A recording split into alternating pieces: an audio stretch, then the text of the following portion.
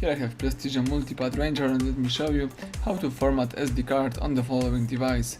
At the very beginning, let me start by using a home screen, tap apps icon. Let's find and select the settings right here. Scroll down to the bottom of the list and let's choose the storage under device tab. Scroll down and right here under SD card you should tap erase SD card. So if you would like to lose all data on your SD card, let's choose erase SD card again and choose erase everything one more time.